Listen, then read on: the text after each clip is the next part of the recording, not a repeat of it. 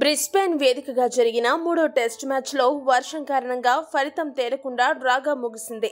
వర్షం దృష్టిలో పెట్టుకుని ఆసీస్ జట్టు మొదటి ఇన్నింగ్స్లో ధాటిగా ఆడి 445 పరుగులు చేసింది. అంతేకాదు బౌలింగ్లో టీమిండియాని ఇబ్బంది పెట్టి వేగంగా వికెట్లు దక్కించుకుని రోహిత్ సేనని ఫాలో ఆన్ ఆడించి మ్యాచ్ ఎగరేసుకుపోదామని ప్లాన్ చేసింది. అయితే మనం ఒకటి తలిస్తే దైవం ఇంకొకటి తలిచింది అన్నట్టుగా వర్షం 5 రోజుల మ్యాచ్లో నిరంతరం అంతరాయం కలిగిస్తూ టీమిండియాకి సహాయం చేసింది. దీంతో రోహిత్ సేన ఊపిరి పీల్చుకోగా, మరోవైపు సులభంగా గెలవాల్సిన మ్యాచ్లో ఆసీస్ వర్షం కారణంగా ఒక రకమైన ఫ్రస్ట్రేషన్లోకి వెళ్లిపోయింది. ఆ విషయం వారి సెకండ్ ఇన్నింగ్స్ బ్యాటింగ్ చూస్తే అర్థమవుతుంది. ఈ క్రమంలోనే కేవలం 33 పరుగులకే టాప్ 5 బ్యాటర్ల వికెట్లు కోల్పోయింది.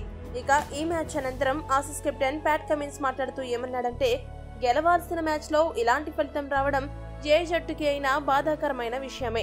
నిజానికి ఈ మ్యాచ్లో లక్ అనేది ఏమాత్రం మాకు కలిసి రాలేదు. పూర్తిగా భారత జట్టుకే అదృష్టం అనేది ఫేవర్ చేస్తూ వచ్చింది. మేము ఆరంభం నుండి కూడా వర్షాన్ని దృష్టిలో పెట్టుకునే దూకుడుగా ఆడాము. ఇండియాని ఫాలో ఆన్ ఆడించి మ్యాచ్ గెలవాలని ప్లాన్ చేశాము. అయితే కీలక సమయంలో మా జట్టులో ప్రధాన ఫాస్ట్ బౌలర్ హాజర్వుడ్ గాయం కారణంగా మ్యాచ్కి దూరం అవ్వడం కూడా మాకు కలిసి రాలేదు. దీంతో ఇండియాపై ఒత్తిడి పెంచడం కొద్దిగా కష్టమైంది.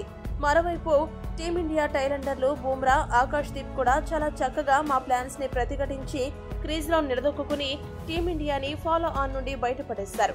ఒకవేళ రోహిత్ సేన ఫాలో ఆన్ ఆడి ఉంటే తప్పకుండా ఈ మ్యాచ్లో గెలుపు మాదే అయి ఉండేది. అయినా ఏమీ పర్లేదు, ఇంకా 2 మ్యాచ్లు మిగిలి ఉన్నాయి. మేము వాటిలో విజయం సాధిస్తామనే నమ్మకం మాకుంది. ఎందుకంటే టీమిండియా జట్టుని ప్రస్తుతం మీరు గమనిస్తే బూమ్రా తప్ప జట్టులో ఎవరూ నిలకడగా ఆడడం లేదు. కాబట్టి ఇండియాని నిలువరించడం పెద్ద కష్టమేమీ కాదని కమిన్స్ ముగించాడు. ఈ వీడియో గనక మీకు నచ్చినట్టయితే లైక్, షేర్, కామెంట్ చేయండి. మరిన్ని స్పోర్ట్స్ అప్డేట్స్ కోసం మా ఛానల్ను సబ్స్క్రైబ్ చేసుకోండి.